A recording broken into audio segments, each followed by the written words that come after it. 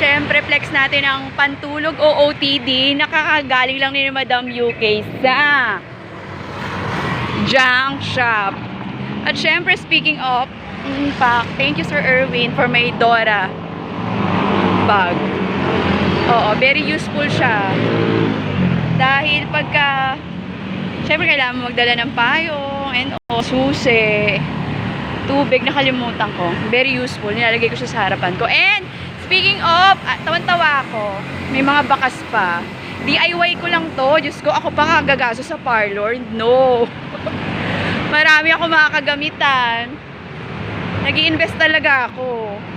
Para may ginagawa ako. Keep yourself busy. Ganito ko nilalabanan ang pagtanda. Pasasalamat na rin. Oh, nakapantulog pa ang madam. Oh, diba? Ganito kagaan ang buhay ng mga taong nagpapakatotoo. And mag-e-entry kasi ako para doon sa usong-uso ngayon na hindi ka mananalo sa bata entry. Oo naman. Maging abala ka sa sarili mo.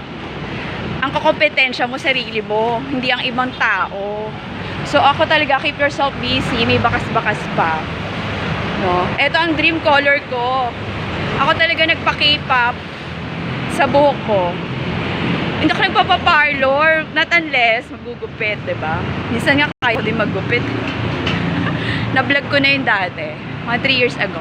And speaking of, ito, mag-i-entry talaga ako ng hindi ka mananalo sa bata. Ako masaya kung hinaharap ang pagtanda ko and very proud that I'm 44, turning. No, hindi ko sinasabi yung date. Diyos ko. Gagastos lang ako ng base sa kakayahan ko. At syempre priority ko yung mga taong napilit ako kumain kasi hindi ako mahilig makikain. Kasi nga napipressure yung utak ko, ang dikta ay gumante. Good or bad? Oo, ibig sabihin pagka pinakain mo ako, gusto ko may balik. It's either material, basta may pa something ako. Ganun pananaw ko, para yung swerte umiikot. Oo.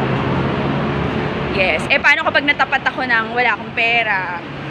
Hindi pa ako pinapatulog ng konsensya ko, kailangan gumanti ako. Good or bad? Gumaganti talaga si Madam UK.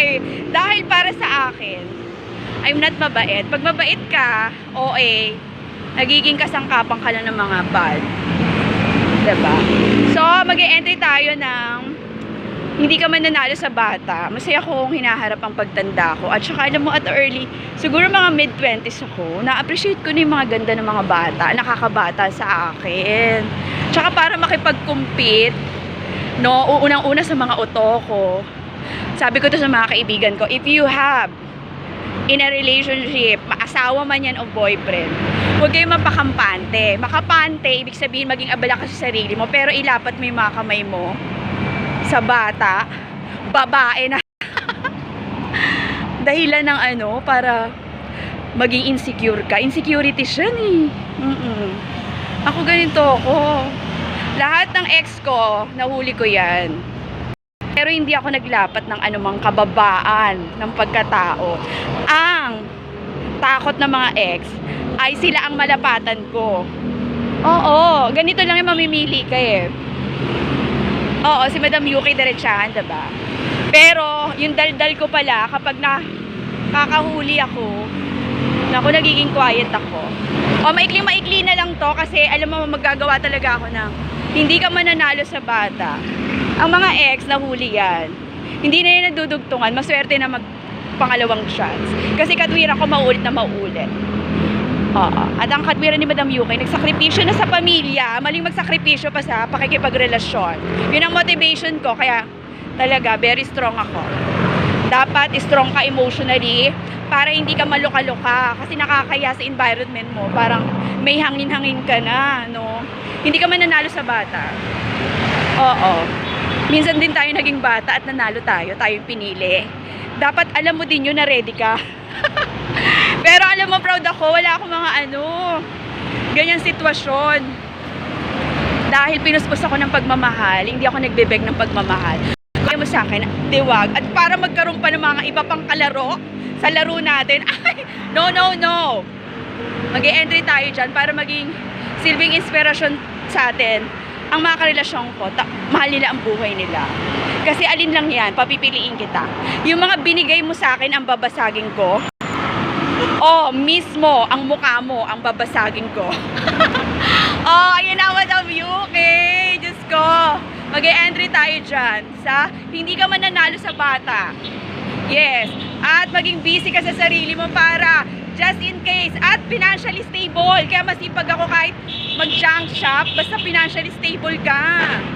Para hindi ka mukhang luka-luka, may hangin sa utak. Na dahil hindi ka pinili. Maraming chance na hindi pinili ang Madam Yuki. Pero Diyos ko I'm very proud na emotionally, mentally, physically, I know how to balance.